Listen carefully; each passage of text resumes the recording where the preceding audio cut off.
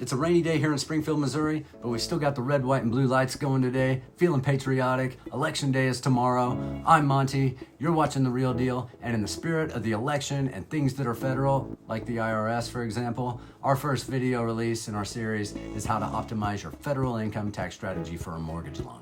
Tax season is upon us, so if you're self-employed, own rental properties, or just want to start a side hustle, this one's for you. Here we go.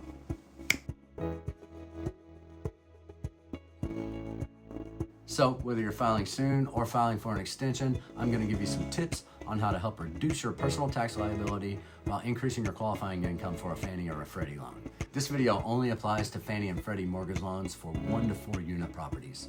As a quick disclaimer, I am a mortgage banker, NMLS 1760830, and a realtor, not a tax advisor, so we always recommend seeking tax advice from your licensed tax professional. With that said, when you apply for a mortgage loan, certain deductions can be added back to your income to improve your chances of qualifying for the loan. This doesn't apply to all loan types like commercial or portfolio loans, but it can make a big difference for Fannie and Freddie qualifications. Schedule C on your tax return is where most self-employed individuals report income for businesses that are not partnerships, S-Corps, or C-Corps. It covers sole proprietorships and single-member LLCs. So you want to focus on things that can deduct from your taxable income, but I as a loan officer can still count on your income for your home loan. Number 1 on that list is the biggie, usually. It's depreciation. You find it on line 13 and in some cases on 14. It can be added back as income. 2, business use of your home. So that's found on line 30 and it can be added back. Vehicle miles, number 3 on line 44A, it can be added back. So if you have a choice in deducting vehicle expenses, opt for line 44A rather than line 9 because we can add 44A back in. Quick note, meals and entertainment do not count. Can't add them back, that's on 24B. Here's an example. Let's say your business earned $10,000 for easy math, but you wrote off $5,000 in depreciation on 13 and 14, $2,500 for business use of your home on line 30, and let's say $2,500 in mileage on line 44A. A lot of people might think, well, I don't have any qualifying income, but really we can add every single one of those back in. So you made $10,000, we would count the whole $10,000 as income. Schedule E is for property owners, obviously. It allows you to deduct expenses like cleaning, insurance, maintenance, taxes, that kind of thing, all while adding some of that deductions back to your income for loan qualification. Some key Schedule E add-backs. Number 1, again, the biggie, depreciation, line 18, you can add that back. Number 2, casualty loss, amortization, one-time expenses, HOA dues, all reported on line 19, and you can add those back as well. Number 3, insurance, another biggie, line 9, can add that back. Number 4, mortgage interest, line 12, we can add that back. Number 5, taxes, line 16, we can add that back. And by claiming those deductions, you can still reduce taxable income without hurting your qualifying income.